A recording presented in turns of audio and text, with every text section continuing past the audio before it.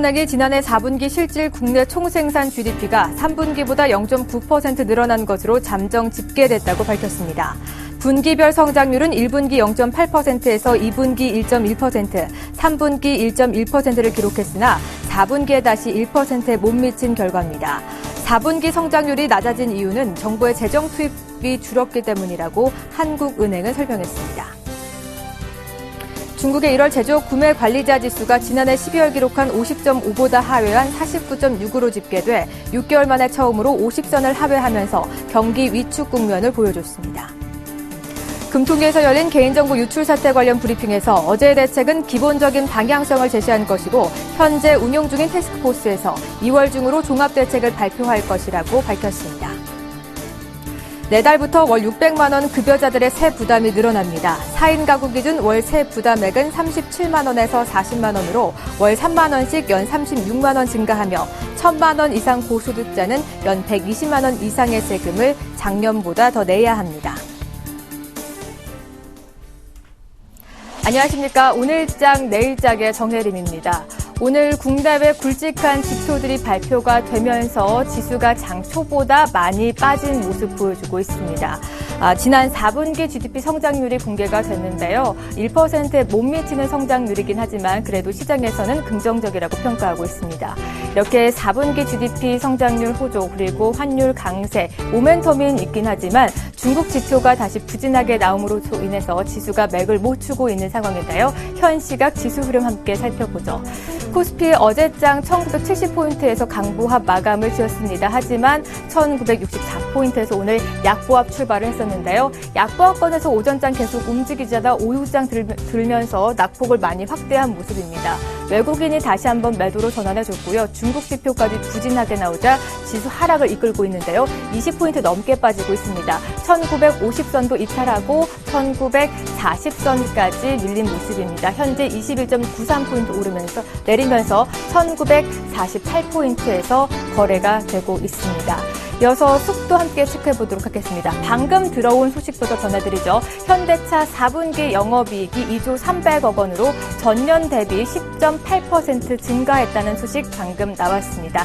이어서 잠시 후에 시황 끝나고 애널리스트와 함께 자세한 얘기 나눠보도록 하겠습니다. 다시 한번 수급 체크해 보도록 하겠습니다. 오늘장에서 외국인이 다시 한번 매도로 전환해줬습니다. 그래서 지수 하락을 이끌고 있는데요. 외국인 936억 원. 장 초반에 지수 상승을 이끌었던 기관도 다시 한번 매도로 전환을 했습니다. 기관도 800억 원 넘는 매물을 출하하면서 동반 지수 하락을 이끌고 있는 모습 보여주고 있고요. 개인이 1,800억 원 사들이고 있지만 지수를 방어하기에는 오늘 역부족으로 보입니다. 이어서 코스닥 체크해 보도록 하겠습니다. 코스피가 많이 부진한데 하지만 반면에 코스닥 시장은 아주 잘 가지고 있습니다. 코스닥 오늘 524포인트에서 강보합 출발을 했습니다. 장 초반에 더 상대폭을 확대해 나가면서 상승 7거래일째 상승세 이어나가고 있는데요. 장 초반보다는 조금 둔화되긴 했지만 그래도 빨간불 켜지고 있습니다. 오늘 0.12포인트 오르면서 523선에서 움직이시고 있습니다. 수급도 함께 체크해 보도록 하겠습니다. 이렇게 코스닥이 선전하는 이유 외국인의 힘이 컸습니다. 오늘도 외국인이 9거래일 연속 사들이고 있는데요. 491억 원 매수 우위 나타내고 있고요. 개인과 기관이 동반 팔아내고 있습니다. 개인은 426억 원, 기관이 70억 원의 매물을 팔아들이고 있습니다. 이어서 외환시장 체크해 보도록 하겠습니다. 오늘 1,068원대에서 강보합 출발을 했습니다. 이후에 상승폭을 계속 확대해 나가면서 장중에 1,070원대 돌파한 모습인데요. 우리 FOMC 회의 결과가 나오기까지는 달러와 강세로 이렇게 환율 상승이 지속될 것으로 보입니다. 현재는 4원 80전 오른 1,072원 20전에서 거래가 되고 있습니다. 이어서 오늘장 이슈 점검과 함께 내일장 전략까지 꼼꼼하게 세워봐야겠죠. 오늘은 우리투자증권 이경민 책임연구원과 함께하겠습니다. 안녕하십니까? 예, 안녕하십니까? 네, 조금 전에 4분기 현대차 영업이익이 나왔습니다. 시장에서는 이번에는 두 자릿수의 영업이익률을 내지 못할 것이란 전망이 많았는데 예상을 깨고 10.8%의 성장률 보여줬습니다. 한번 자세히 분석해 주시죠. 네, 일단 현대차 4분기 영업이익 컨센서스, 그러니까 애널리스트들이 추정했던 평균치는 2조 2천억 원 정도인데 조금 안 좋게 2조 304억이 나왔고요. 매출액도 21조 3천억 정도 추정을 했는데 21조 9천억, 그리고 순이익 같은 경우는 2조 1천억 정도 예상을 했던 상황입니다. 작년 전에 4분기 영업이익률이 10%를 좀 웃돌긴 했지만 작년 전체 영업이익률은 한 9.5% 정도로 추정이 된다고 하거든요. 그런 부분을 봤을 때 영업이익 전망치보다 좀 부진했던 것으로 나타났다고 볼 수 있겠고요. 그리고 현대차 전체적인 영업이익률이 좀 레벨 다운되는 것이 아닌가라는 불안 심리를 자극할 수도 있는 실적 발표가 아니었던가라는 생각을 하고 있습니다. 네, 3분기 연속 두 자릿수의 영업이익 기록하고 있는데 어제 BOJ 결과 일본 통화 정책이 동결로 결정이 났습니다. 그래서 이제 엔저 부담 요인이 다소 많이 줄어든 상태인데요. 그렇다면 다시 한번 그동안 자동차주에서 환율이 악재로 거론된 만큼 이제는 자동차 쪽으로 시선을 돌려봐도 좋을 때가 아닌가 싶습니다. 매수 타이밍 언제로 잡으면 좀 좋을까요? 네, 말씀하셨듯이 자동차 업계의 실적을 추정하고 그리고 실적이 발표되는 데 있어서 중요한 변수는 최대 변수는 환율이라 볼 수 있겠습니다. 일단 환율 악재가 진정이 된다면은 올해는 신차 효과라든지 공장 증설 효과에 힘입어 상황이 작년보다 그러니까 2013년보다는 좀 개선될 여지가 있다고 보고 있고요. 그렇지만 앞으로 통상임금 문제 등 리스크는 남아있다는 점에 있어가지고 매수 타임을 잡기는 좀 어려운 것이 사실입니다. 하지만 실적에 대한 불확실성으로 최근 부진한 흐름을 이어왔고 그에 따라서 실적이 시장에는 그리고 주가에는 상당 부분 반영되어 있음을 감안해봤을 때 오늘 실적 발표가 예상보다는 조금 부진했다고 하더라도 불확실성 해소로 받아들여지지 않을까라는 생각을 하고 있습니다. 지금 시장에서도 그런 반응이 나타나고 있는데요. 장중 2%까지 하락했던 현대차 주가지수가 지금은 1% 초반으로 좀 낙폭을 줄이고 있다는 점에 있어서도 불확실성 해소로 인식되는 것으로 보고 있습니다. 네, 현대차 이렇게 4분기 영업이익이 나오면서 다소 불확실성이 해소가 되면서 낙폭을 많이 줄인 모습입니다. 하지만 오늘 코스피 많이 밀린 모습입니다. 1940선까지 되밀리고 말았는데요. 이렇게 지수 하락을 이끈 요인이 어디에 있는지 분석해 주시고요. 내일장 전략까지 꼼꼼히 챙겨주시죠. 네, 일단 연초를 한번 떠올리시면 될 것 같은데요. 연초에는 삼성전자 실적 불확실성이 불거졌고 그에 따라서 여타 업종들의 실적에 대한 불안심리도 굉장히 가중되었던 상황으로 볼 수 있겠습니다. 오늘 같은 경우도 현대차로 시작된 실적 불확실성이 여타 업종으로 이어지고 그에 따라서 시장 레벨이 다시 한번 1940선대로 주저앉은 것이 아닌가라는 생각을 하고 있는데요. 일단 1970선은 굉장히 중요한 변곡점이라고 볼 수 있겠습니다. 21선, 그러니까 투자심리대선으로 보통 불리는 21선 위치에 있다는 점에서도 1970선이 중요한 분기점이라고 볼 수 있겠는데요. 그런 부분에 있어서 아직까지는 투자심리가 완전히 개선되지 못했다는 점, 그런 부분들이 시장에는 좀 부담으로 남아있고 호재보다는 좀 악재에 민감한 반응을 보이고 있는 것으로 판단하고 있습니다. 다만 200일선 전후 그리고 직전 지점인 1930선 전후에서의 지지력은 유효하다는 판단을 하고 있고요. 최근 실적 불확실성이 가중되는 상황에서로 업종별, 종목별로는 반등 시도가 나타났다는 점, 그리고 오늘 현대차 실적 발표 이후에 오히려 악재 해소로 인식되고 있다는 점을 감안해봤을 때는 추가적인 급락보다는 1930선 전후에서의 지지력을 확보하고 다시 한번 우상의 흐름을 이어가지 않을까 기대를 하고 있습니다. 이 불확실성이 해소가 되면서 이제는 하방 지지력은 확보한 상태고요. 다시 한번 반등 기대도 좋다라는 답변까지 전략 짜주셨습니다. 오늘은 우리투자증권 이경민 책임연구원과 함께했습니다. 오늘 말씀 고맙습니다. 네, 감사합니다. 네, 이어서 뉴스클릭으로 다시 찾아오겠습니다.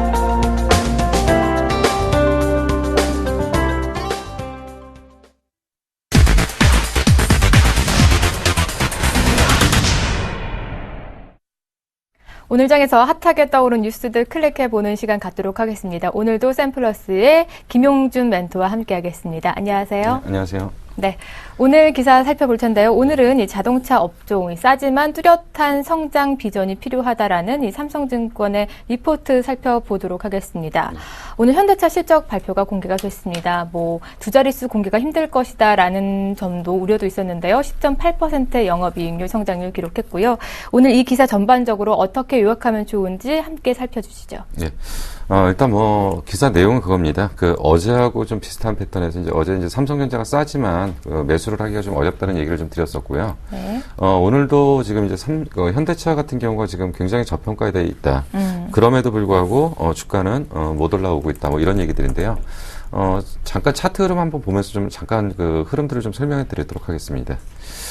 지금 현대차가 영업이익이나 이런 것들이 이제 폭발적으로 증가한 것이 2009년도부터 2011년도까지입니다. 네. 그러니까 차트 흐름을 지금 보시면은 2009년도에 최저점을 35,000원 정도로 기록을 했고요.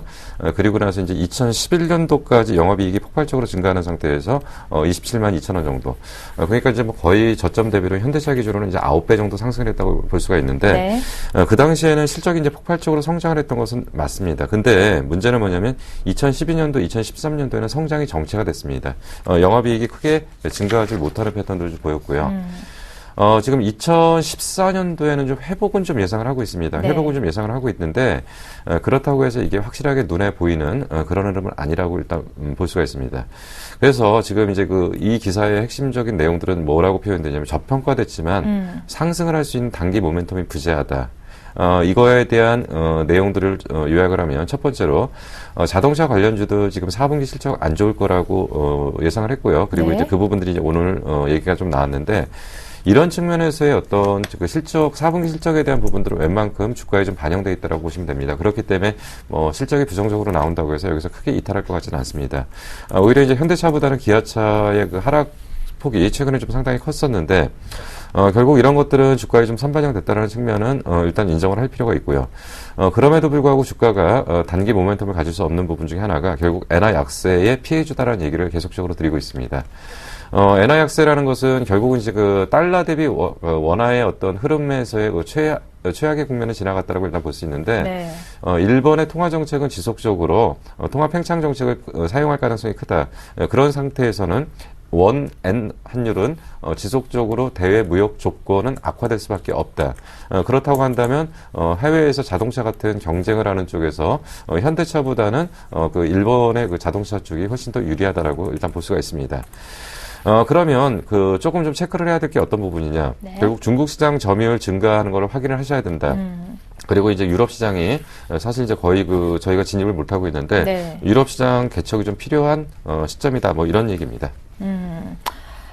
네, 그렇습니다. 오늘 결과가 나왔습니다. 그동안 자동차 업계의 최대 화두가 아무래도 환율 문제 때문에 좀 지지부진하게 속을 썩긴 것 같은데요. 그렇다면 2013년도는 이렇게 나왔고 2014년도를 한번 전망해 본다면 자동차주 어떻게 보면 좋을까요? 예.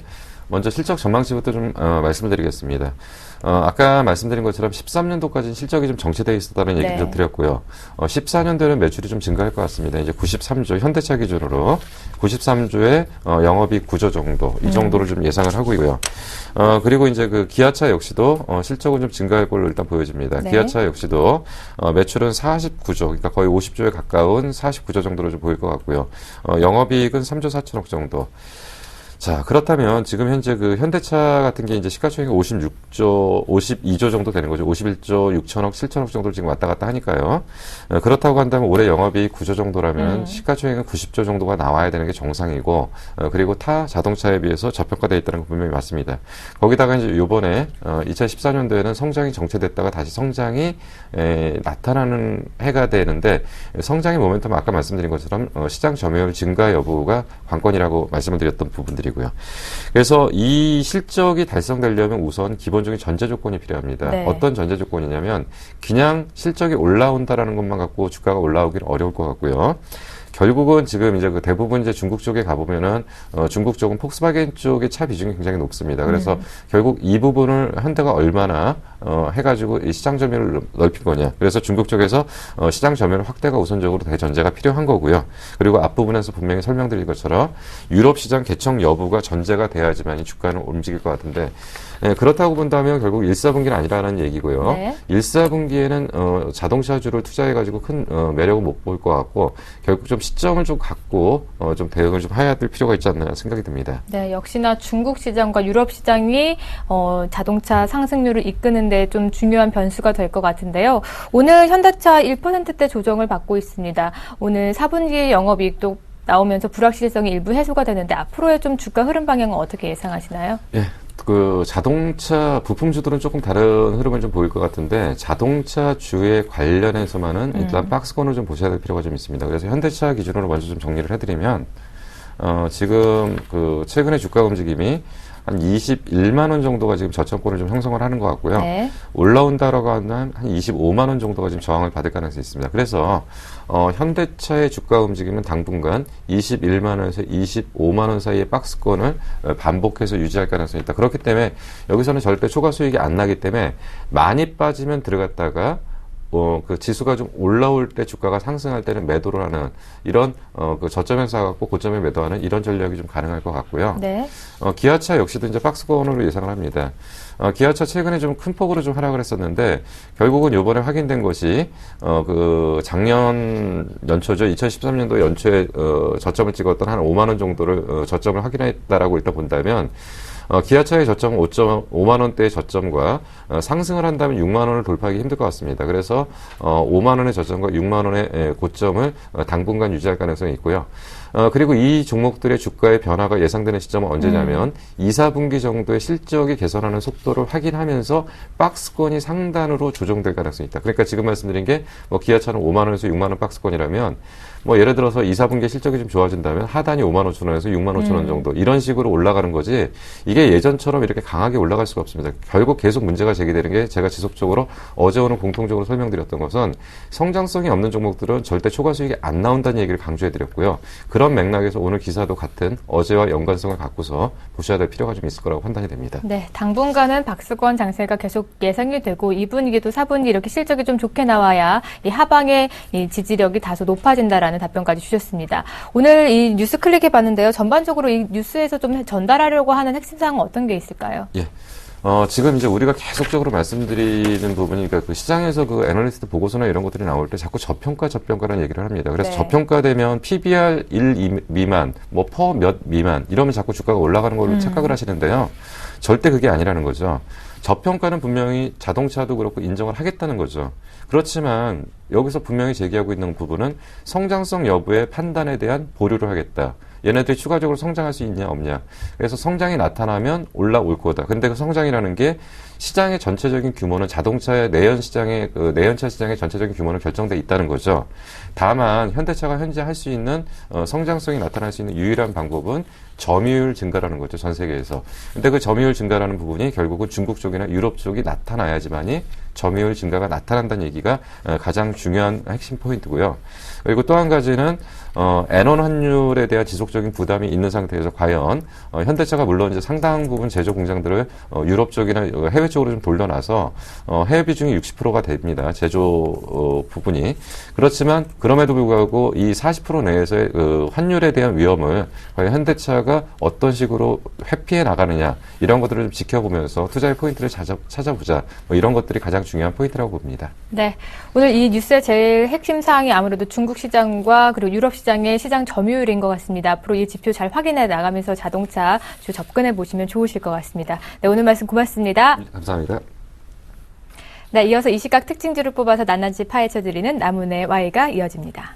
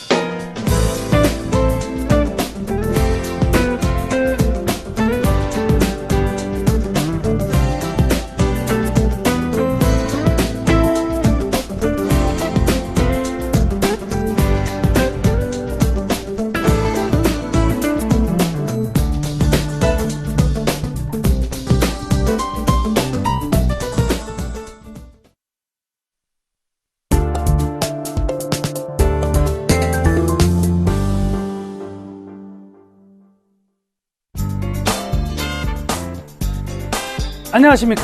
나무노 멘토입니다.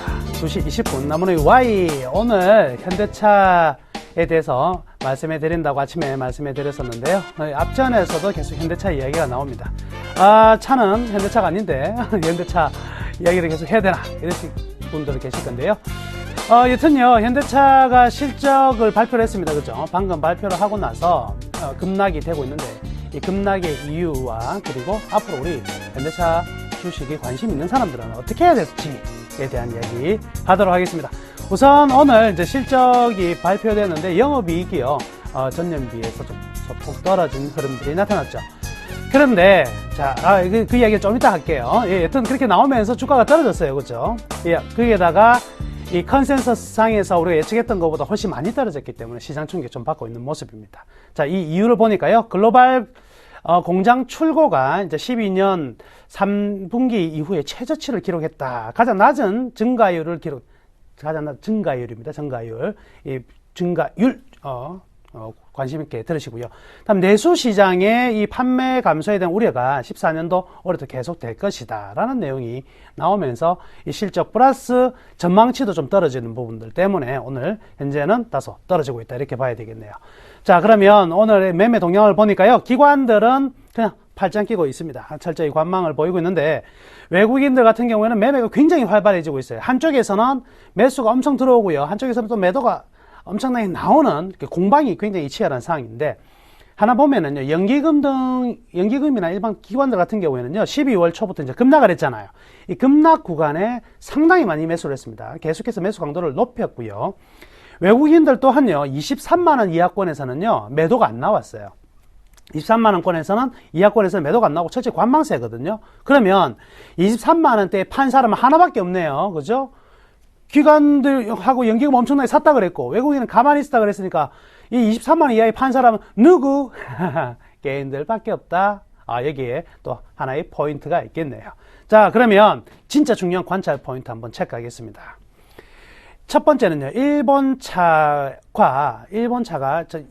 13년에는요 전 세계에 자동차를 팔면서 어디에다 초점을 줬냐면 수익성에 초점을 뒀어요.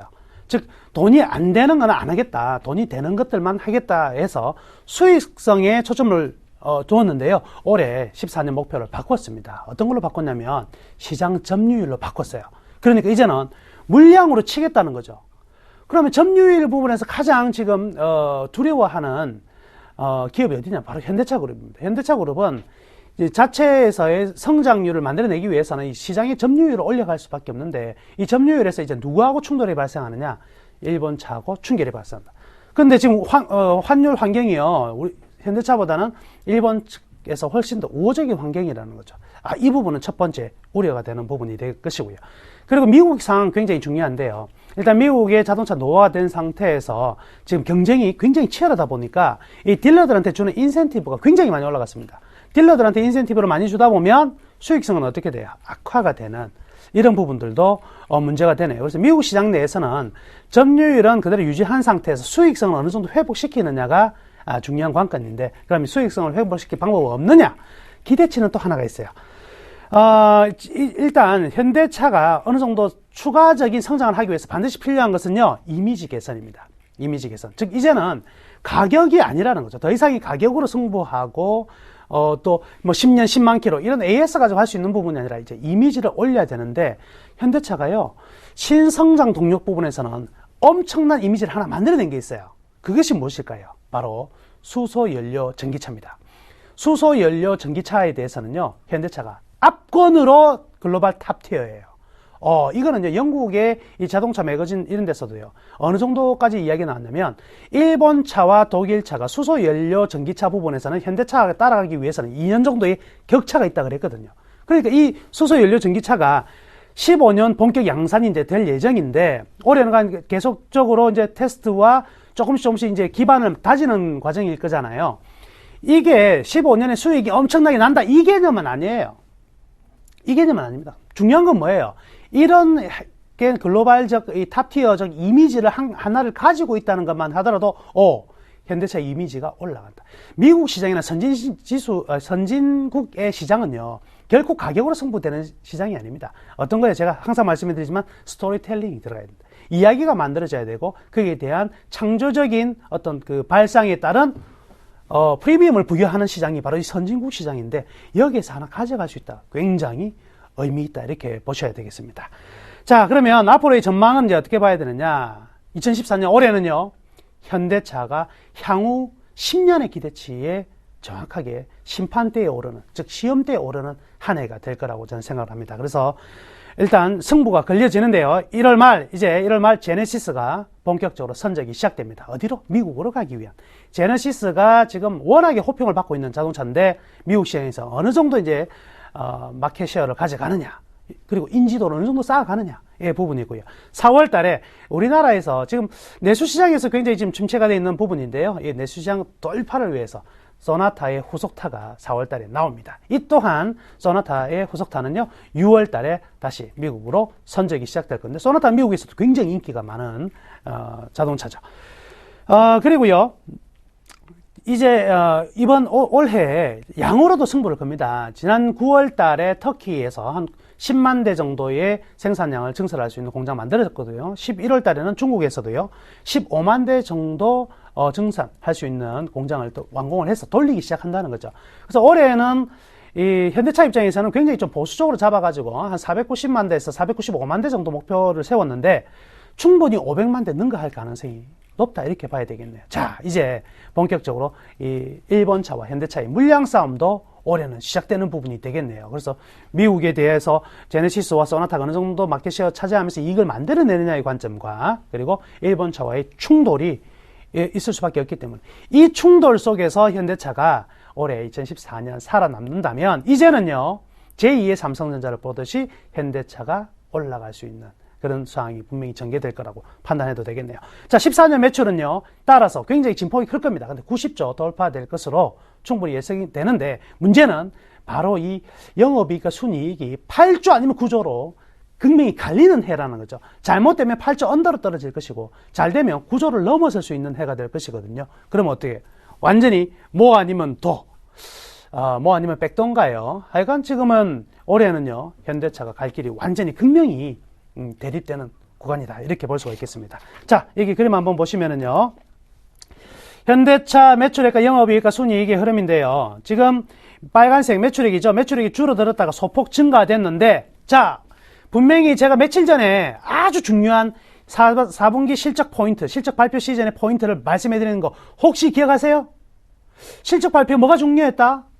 1년치 발표하는 거 중요하지 않다 그랬죠? 어떤 게 중요하다 그랬어요?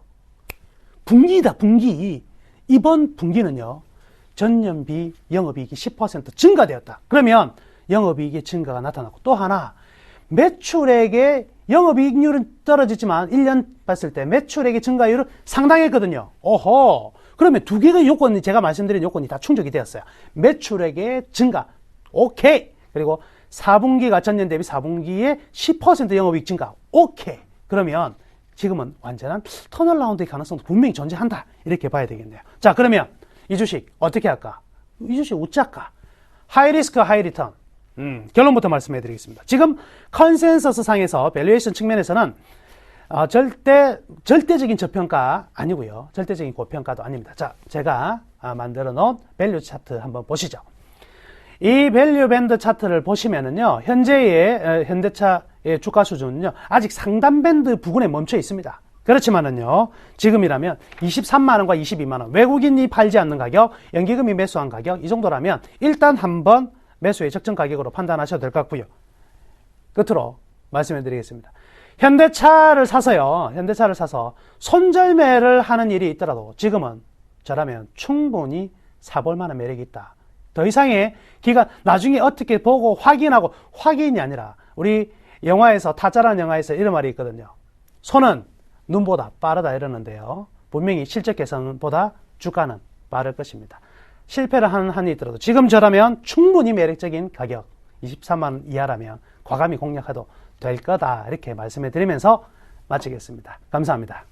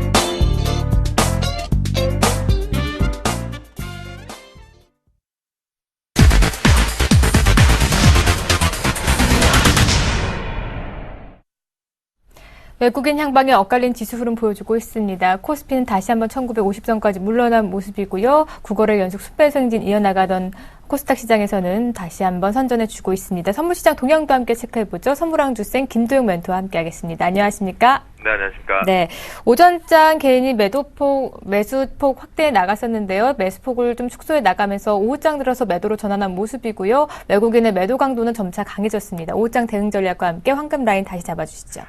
일단 전체적으로 아침에 계속 말씀을 강조해서 드렸지만 오늘은 아예 확정치 쪽으로 매도다라고 말씀을 좀 드렸습니다. 그 부분 잠시 뒤에 차트를 통해서 보여드리겠지만 작두를 탔다라는 표현을 쓰기도 참 웃기지만 정확하게 찍고 시장은 하방 쪽으로 왔는데요. 자, 결론 먼저 좀 말씀드리겠습니다. 지금까지 매도를 끌고 내려오신 분들은 수익 극대화 내실 만큼 다 내신 것 같거든요. 맥스가 고점 대비해서 3.5p니까 한 2.2p대 2p 중후반대 걸리셨을 것 같은데요.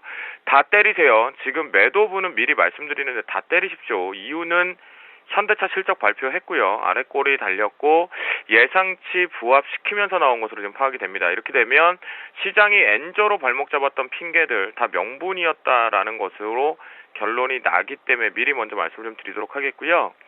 현재 우리나라 시장 같은 경우 현선물 메이저들의 포지션, 즉 외국인과 기관제의 공격적인 싸움이 계속 배틀이 붙어 있다라고 말씀을 좀 드리는데요.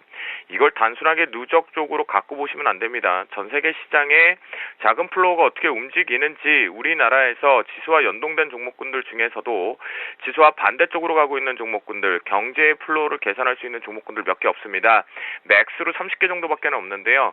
그 분석치들을 놓고 보면 시장은 충분히 갈 수는 있습니다. 하지만 현재 불안 요소가 되고 있는 것은 바로 이 메이저들의 공방 싸움 때문이다라고 말씀을 좀 드리는데요. 전반적으로 지금 시장 같은 경우는 외국인들의 나홀로 매도가 확대되는 속에서 막판부의 개인들이 추가 매도 포지션들이 잡혀지고 있죠. 하지만 기관계 쪽에서 금융투자를 시작으로 매세가 확대를 되고 있습니다. 자, 금융투자 쪽에서나 외국인들 모두 다 동반해서 신규 한머니들이 좀 들어오고 있는 것이 포착이 되어 있다라고 말씀을 좀 드릴 수가 있겠고요. 자, 그 관점 속에서 전반적으로 빠질 만큼 거의 다 일단 오늘 바운딩 상으로는 빠진 것으로 포함이 됩니다. 이제 중요한 건 현대차가 결국 장중에 발표를 했다라는 것은 실적에 조금 자신감이 붙었기 때문에 발표를 한 거고요. 이 부분에 이제 영향력, 현대차가 만약 들어 올린다라고 한다면, 기아차 동반해서 들어 올린다고 한다면, 낙폭은 조금 축소해서 마무리된다. 그 관점으로 보셔야 되고요. 제가 늘 강조하지만, 주식을 하시는 분들이 파생에 대한, 특히 선물 시장에 대한 분석치를 가져가지 못하면, 매수와 눌림 매수냐, 공격 매수냐, 추격 매수냐, 이익 실현이냐, 아니면 손절이냐, 이거를 잡아 끌 수가 없습니다. 좀 어려우시겠지만 현 선물을 동반해서 드라이브를 치셔야 되는 올 한 해이다라고 다시 한번 강력하게 말씀을 좀 드리겠고요.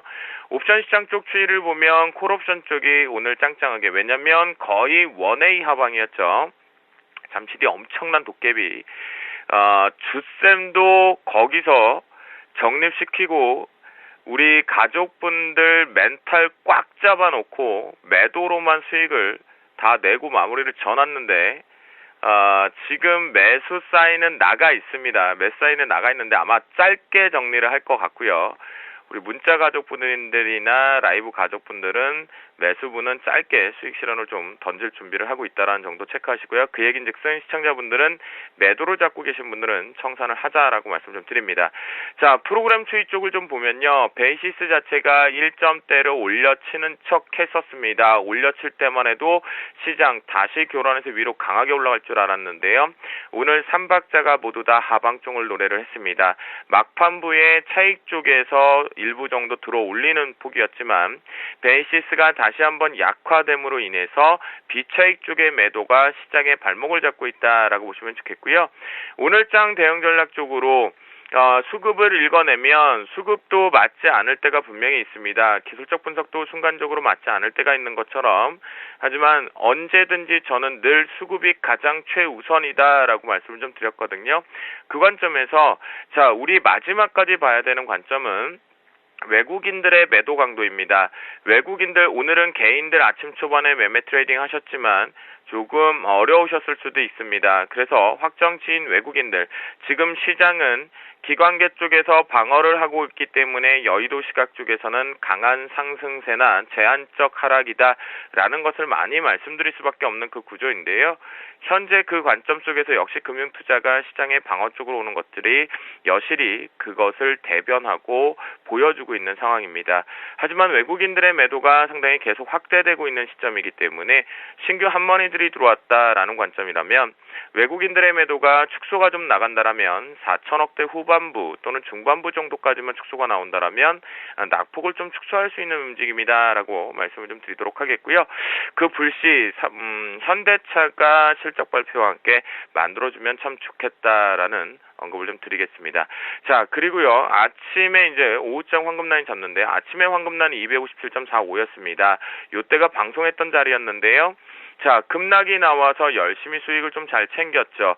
그리고 나서 또 A컵의 급반등이 나왔습니다. 요때요, 수급 주체의 움직임 제로, 현물 주체 움직임 제로, 무엇으로 움직였냐면 여러분들 다 파악하고 계실 거라 믿어 의심치 않습니다. 비차익 쪽의 움직임을 가지고 프로그램 쪽으로 베이시스를 통해서 급등을 시켰는데요. 한치의 오차도 없이 257.45를 맞고 죽었습니다. 그러니 무슨 얘기일까요? 여러분들 선물학만 잘 보셨더라도 수익을 오늘 연거푸 2번이나 크게 내실 수 있는 자리겠고요. 여러분들과 저희하고 조금 차별성이 되어 있는 건 이 차트가 없기 때문이겠죠. 이 차트상은 이미 이쪽에서 안착 부분이 들어왔기 때문에 저희가 매수를 잡았다라고 말씀을 좀 드리는 거고요. 단기적인 목표가 이 부분이 거의 다 마무리되는 시점, 보이는 것만 하겠다라는 관점이거든요. 그래서 5장 황금라인은요, 254.702 설정이 좀 되는데요. 밑에 하단부에 있습니다. 지금 올라타 있는 시점이거든요.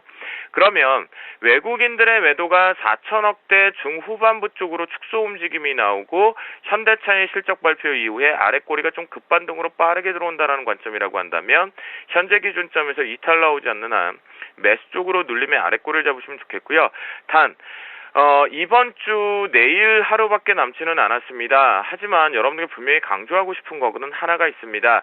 지금은요, 매수와 매도, 시장을 따라가는 데 있어서 현물도 주식도 그리고 파생도 다 똑같습니다. 여러분들께서 선물이 되게 어렵다라고 생각하시는데 옵션이 사실은 좀 어려운 거고요. 선물은 주식과 같습니다. 방향만 좀 틀릴 뿐인데요.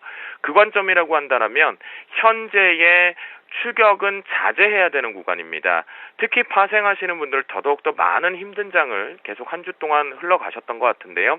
오늘 그나마 좀 어려웠던 장이 앞에서 나왔지만 그 후반부에서는 확정치를 수급과 현물의 시세 그리고 추이에서 프로그램 쪽을 놓고 보더라도 여러분들이 충분히 매도를 때릴 수 있는 자리가 있었거든요.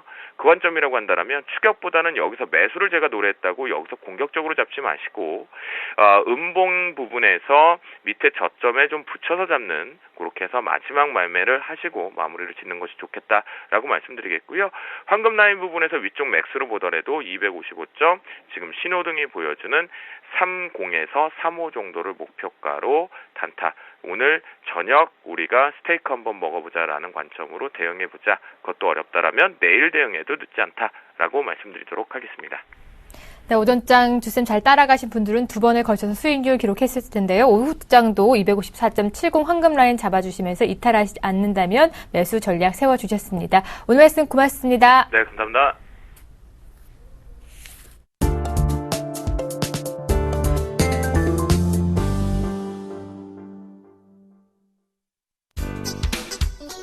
네, 안녕하십니까. 오늘은 좀 제가 특별한 시간을 좀 마련을 했습니다.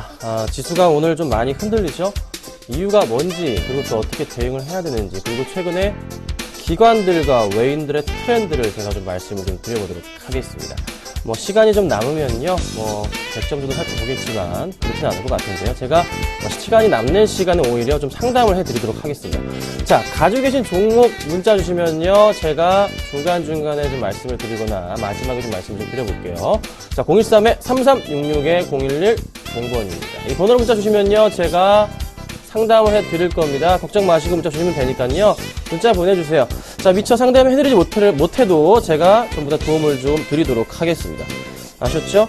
자, 그리고 내일은 특별한 날이죠. 제가 항상 금요일에는요, 가지고 있는 종목들 한번 AS를 해드리니까요. 가지고 계신 보유 종목들 내일장에서 체크하셔도 될 것 같고, 그게 아니시라면 조금 있다가 3시에 무료 방송 참가하시면요. 제가 또 좋은 종목. 지금 셀트리온이 오늘 상승을 해주고 있고, 하이셀이만 올라가지고 있는데, 이 종목들 어떻게 대응해야 되는지, 매수 타이밍인지, 그런 것까지 제가 봐드리도록 하겠습니다. 아셨죠? 3시에 그때는 뵐게요. 자, 오늘 시장 왜 하락하는지에 대한 이유부터 조금 제가 설명을 좀 드려보겠습니다. 자, 기관들과 외인이 팝니다. 왜 팔까요? 첫 번째 이유를 제가 말씀을 좀 드려보겠습니다.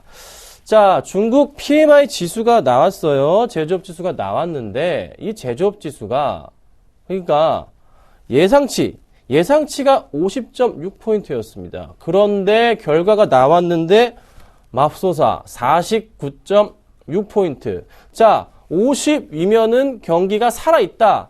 좋다는 표시고 50 아래면 죽어간다. 좀 안 좋다는 의미잖아요. 그렇죠? 근데 예상치가 50.6이라 그래서 전달보다 좋을 것으로 기대가 됐는데 나와보니까 49.6. 자그마치 1포인트나 하락을 했어요. 이거 정말 중국인들이 내놓는 지표를 믿을 수가 있겠냐 이런 소리가 나올 정도의 예상치가 빗나가버리는 그런 숫자입니다. 그래서 중국 지표 좀 신뢰 상실에 대한 부분이 좀 있었고 또 하나 근데 중요한 점은 중국 지표가 지금 최근에 어떻게 움직여주고 있죠? 어쨌든 간에 2013년부터는 바닥을 치면서 상승 쪽으로 움직여주고 있습니다. 이 의미는 그래도 지금의 지표 흐름 자체는 단기적인 악재로 조금 해석이 된다는 거죠. 그래서 꾸준하게 다시 한번 반등이 나올 수도 있는. 하지만 최근 들어서 상해 지수 어떻게 움직여주고 있습니까? 상해 증시 지금 많이 빠졌어요. 그렇죠? 정말 많이 빠졌어요. 한번 체크를 해보고 넘어가겠습니다. 자, 상해 종합 지수를 제가 조금 열어볼게요. 오늘도 빠지고 있는 모습이고 최근 들어서 흐름도 크게 마음에 들진 않는 모습입니다. 서서히 조금 바닥을 확인하고 있는 모습이 나타나고 있는데 일단 그래도 2000포인트 위에서 움직여주고 있어요.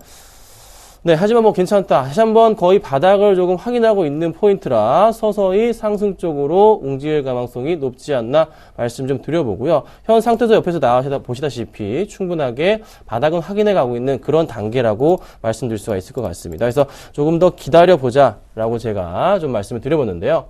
확실하게 지금의 이런 갑자기 안 좋은 지표가 나왔을 때 그 다음부터는 바닥에 대한 인식으로 상승, 그러니까 실적이 안 좋은 종목들이 이제 바닥에 대한 인식으로 상승을 주고 있잖아요. 차트를 좀 열어놨는데요. 좀 같이 보겠습니다. 자, 상해 지수입니다. 보세요. 2000포인트를 깨고 난 이후부터 해서 상승을 갑자기 크게 주는 모습이 포착이 되고 있죠. 그렇죠? 이 포인트에서 포착이 되고 있죠. 정말 잘 가고 있습니다. 보통 이렇게 급등한 이후에는 약간 쉬어갈 수도 있는 부분이에요. 그렇죠? PMI 지수 영향으로. 그래서 다시 상승 쪽으로 갈 수 있는 가능성이 좀 크지 않나. 자, 지수가 서서히 바닥에서 상승 쪽으로 가고 있는 모습이 포착이 되고 있어요. 그럼 어디까지 갈 수가 있을까요? 어디까지? 2100포인트 골드크로스 라인, 120, 200일선 포인트 골드크로스 라인까지 가능하지 않나. 상해 지수 종목으로 볼 수는 없겠지만 저도 그래도 서서히 바닥을 치면서 상승하고 있는 좋아지고 있는 지표들 그리고 중국 쪽의 정책 돈을 풀어주고 있잖아요. 그 포인트 보신다면은 충분하게 현재 상황 나쁘지 않다. 오히려 이런 기회를 포착을 하고 대응을 해야 된다. 자, 일본 쪽에서 BOJ에서 통화정책 유지 부분이 있잖아요. 그로 인해서 긍정적으로 어제 장에서 운수 장비 업체들이 상승을 합니다. 오늘 장에서 약간 조정을 받았지만 오히려 기회가 될 수 있는 포인트. 그런 포인트. 그 중심에서 제가 기관들이 어떤 포인트를 유지하는지 그건 제가 조금 이따가 말씀을 좀 드려볼게요. 자, 두 번째 이슈가 좀 있습니다. 자, 지수가 또 약간의 흔들렸던 이유 중에 하나. 이게 큰 영향은 없었을 수도 있어요. 하지만 그래도 심리적인 부분으로 인해서 약간의 좀 영향이 있을 수도 있지 않았나 판단인데요. 자, 중국 섀도우 금융의 파산 이야기가 조금 있습니다. 어떻게 되는 겁니까? 자, 상당 10억 위안 정도 규모가 파산 이야기가 돌고 있어요. 이미 예전부터 얘기가 좀 나왔던 이야기입니다. 10억 위안 얼마죠?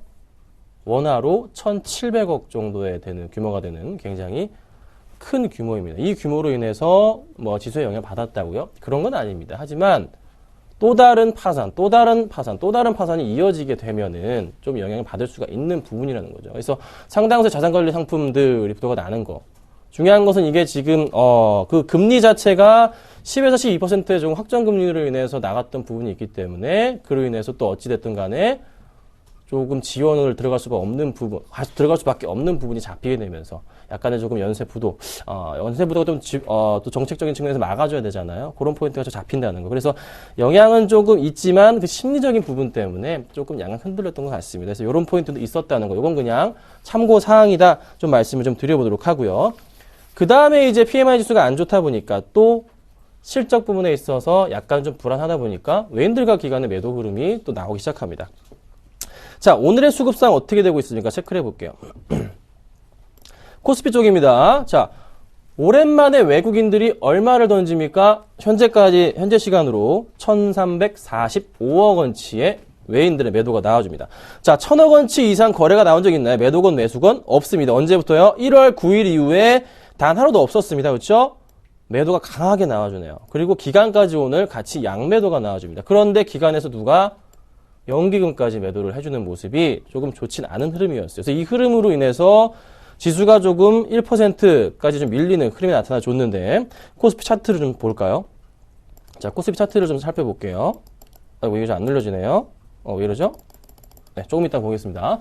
자, 그렇다면은 코스피 지수가 지금 다시 바닥권부터 해서 상승을 주고 있는 그런 신호였는데 지수 자체가 갑자기 오르지 않아 버리니까 참 답답하게 느껴질 수도 있는 부분입니다. 하지만 중요한 포인트는요. 지수가 계속 이렇게 바닥권에서 멈출 것이냐? 그것도 아니라는 거죠. 상승 쪽으로의 전환이 나올 수도 있는 그런 가능성이 있지 않나라는 판단이 드는 포인트. 제가 지금 주봉을 열어놨습니다. 자, 주봉을 보겠습니다. 지수의 좀 바닥 라인에 대한 인식 자체. 6월 달에 1700, 8월 달에 1800 중반대, 그리고 지금 1900 중반대까지 내려와 있는 상태입니다. 지수 라인 잡아볼까요? 어느 정도 이제 바닥에 대한 인식. 보통 이제 주가 흐름 자체가 보통 종목으로 많이 따지지만 큰 지수도 별반 상관없습니다. 이렇게 바닥 라인에서의 움직임을 보여준 이후부터 해서는 그래도 상승 쪽으로의 강한 탄력적인 상승이 나왔다는 거. 근데 이 포인트, 지금의 포인트가 오히려 좀 힘이 없는 포인트는요. 횡보하는 이유 중에 하나는 실적에 대한 이슈. 실적이 그렇게 생각보다 좋지가 않아요. 현대차도 약간 밀렸죠. 그렇죠? 대부분의 삼성전자도 마찬가지고 대부분의 대형주 종목들이 실적이 녹록치가 않습니다. 그래서 지금 기관들이든 외인들이든 쉽게 매수가 들어오지 않는 겁니다. 기다리려고 하는 움직임이 나타나는 거죠. 내일 기아차 실적도 발표합니다. 지켜봐야 되겠지만 어찌됐든 간에 외인들이나 기관들은 실적이 좋던 말건 일단 조금 지켜보고 1분기 때 들어와 있는 1분기에 조금 실적 추이를 확인해 본 이후에 매수를 하려는 움직임이 포착이 된다는 거죠. 그러면 지금 상태에서 오히려 더 빠지냐? 그렇지도 않습니다. 횡보를 할 가망성이 높습니다. 언제까지요? 언제까지? 실적 발표가 다 끝나는 시점. 다음 주 월화수까지는 계속적으로 이어질 가망성이 높다는 거죠. 그 이후부터 해서 이제 다시 상승 쪽으로의 전환이 조금씩은 나오지 않을까. 그리고 기관들이든 외인들이든 본격적인 수급, 거래량을 좀 터트려주면서 종목들을 옮겨주지 않을까라는 판단입니다. 대신에 올해 실적이 기대가 되는, 수주가 기대가 되는 종목들로 편입을 하셔야 됩니다. 어떤 업종들이 지금 기대가 되고 있습니까?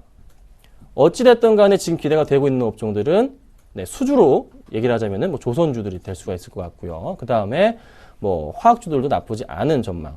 하지만 문제는 지금 조선주, 화학주 같은 경우에는 실적 부분이 약간 좀 걸린다는 거. 그래서 확실하게 1분기 실적도 확인을 해봐야 되지만 그래도 업황의 바닥은 확인했기 때문에 또 PBR이 저평가되어 있기 때문에 상승을 주도하고 있는 모습이 포착이 되고 있다는 거죠. 그럼 IT는 버려야 되냐? 자동차 버려야 되냐? 그렇지 않습니다. 자, 실적 확인의 이유부터 해서 가야 되는데 제일 중요한 IT는 특히 삼성전자를 보자면 1분기 실적까지는 체크가 필요합니다. 왜 그렇죠?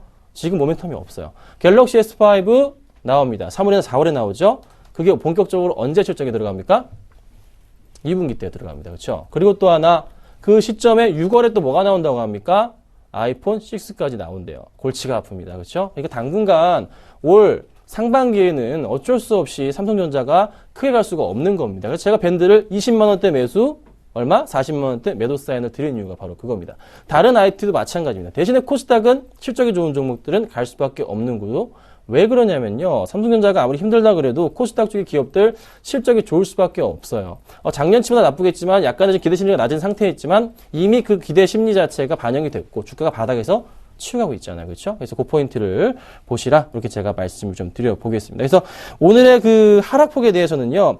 크게 염두에 두지 말고요. 다시 분명히 오를 겁니다. 그래서 그 포인트 보시라고 제가 말씀을 좀 드려봤어요. 그러면 기관들이 과연 요즘 최근 들어 추세 어떤 종목을 롱, 숏 전략을 하고 있나. 그 부분만 말씀드리고 마치겠습니다. BOJ 관련해서 N달러 지금 추세를 봤을 때 운수업종에 대한 기대감이 있으시잖아요. 최근의 추세 현대차, 기아차 보시는데요. 요거 하나만 말씀드릴게요. 완성차 업체건 모비스 부품주건 간에 외인들이 매수가 들어올 포인트 노리셔야 됩니다. 제가 판단하건대 기아차가 그렇게 들어올 가능성이 높지 않나라는 판단이에요. 그 포인트 정말 많은 물량이 들어올 가능성이 높습니다. 그래서 가장 최선호줄은 제가 오전에도 말씀드렸지만 기아차를 보시는 게 좋지 않을까 말씀을 좀 드려보겠습니다. 잘 오늘도 버텨주고 있죠? 이걸 보십시오. 오늘 버팁니다. 이 포인트 보시고서 대응하시고요. 좀 이따가 3시에 또 찾아뵙도록 하겠습니다. 감사합니다.